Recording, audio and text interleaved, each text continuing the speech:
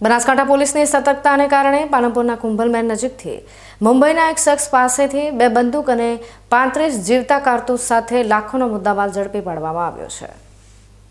બનાસકાંઠા જિલ્લામાં ગુનાખોરીને ડામવા માટે એસઓજી અને એલસીબી પોલીસે જાણે કમર કસી હોય તેમ એક પછી એક મોટી સફળતાઓ મળી રહી છે।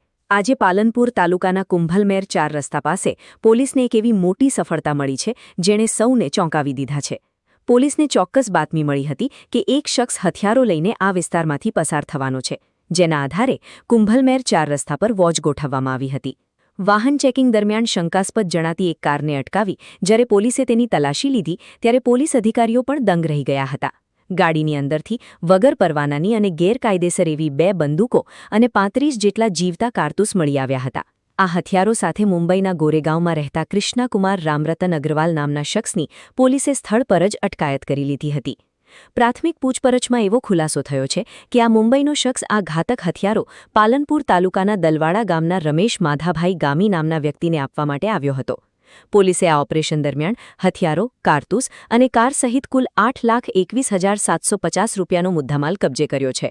આટલી મોટી સંખ્યામાં કારતૂસ અને બંદૂકો કયા ઇરાદાથી લાવવામાં આવ્યા હતા અને તેનો શું ઉપયોગ થવાનો હતો તે દિશામાં હવે પોલીસે ચક્રો ગતિમાન કર્યા છે। એસઓજી અને એલસીબીના આ સંયુક્ત ઓપરેશને ગુનેગારોમાં ફફડાટ ફેલાવી દીધો છે।